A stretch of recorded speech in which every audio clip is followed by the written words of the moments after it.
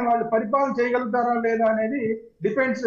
వచ్చే కౌన్సిలర్లు కానీ కార్పొరేటర్లు కానీ వాళ్ళ సంఖ్య వాటి మీద డిపెండ్ అయ్యింది. రైట్, శేఖర్ రెడ్డి గారికి కంక్లూజన్. శేఖర్ రెడ్డి గారు. సార్ నాకు నిజంగా పొచ్చా విజయ్ కుమార్ గారు మాట్లాడితే నాకు హాస్యాస్పదం అనిపించింది. ఎందుకు అనిపించింది అంటే, మేము వైఎస్ఆర్ కాంగ్రెస్ పార్టీ అధికారంలో ఉన్నప్పుడు మేము చట్టం చేయకుండానే మేము ఏ దాంట్లో ఎన్ని పదవులు బీసీలకు ఇచ్చాము నేను లెక్క చెప్పాను సార్. దాంతో పాటుగా నేను ఇంకో మాట చెప్పాను సార్.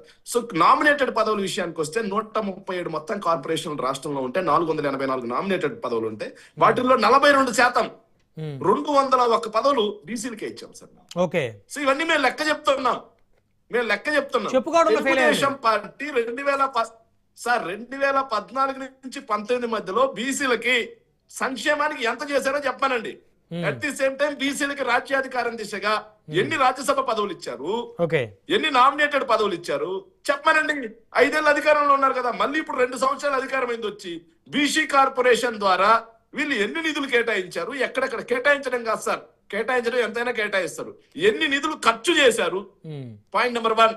దాంతో పాటుగా ఈ బీసీ కార్పొరేషన్ కాకుండా మొత్తం వీళ్ళు ఇచ్చినటువంటి కార్పొరేషన్ పదవుల్లో 137 కార్పొరేషన్లు ఉన్నాయి సార్. ఈ 137 కార్పొరేషన్ లో ఎంతమంది బీసీలకి చైర్పర్సన్లు ఇచ్చారు, ఎంతమంది బీసీలని డైరెక్టర్లుగా పెట్టారు, ఎంతమంది బీసీలకి 34% ఆర్ 50% పద్ధతిలో నామినేషన్ పద్ధతిలో కాంట్రాక్టులు కట్టబెట్టారు.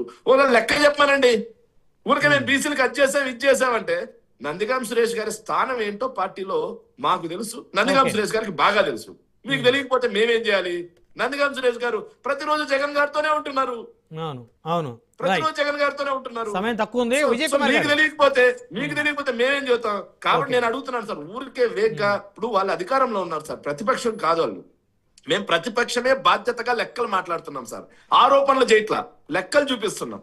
వాళ్ళు అధికార పక్షంలో ఉన్నారు, బాధ్యతగా మేము ఇది చేశామని చెప్పేసి డాక్యుమెంటల్ ఎవిడెన్స్ గా లెక్కలతో చెబితే చూసే వాళ్ళకి బాగుంటుంది. శేఖర్ రెడ్డి గారు సమయం తక్కువ ఉంది, విజయ్ కుమార్ గారు కూడా గౌరవం పెరుగుతుంది. నోటుకు వచ్చినట్టు మాట్లాడతాం, జనం నవ్వుకుంటారు. ఓకే, విజయ్ కుమార్ గారు కంక్లూజన్.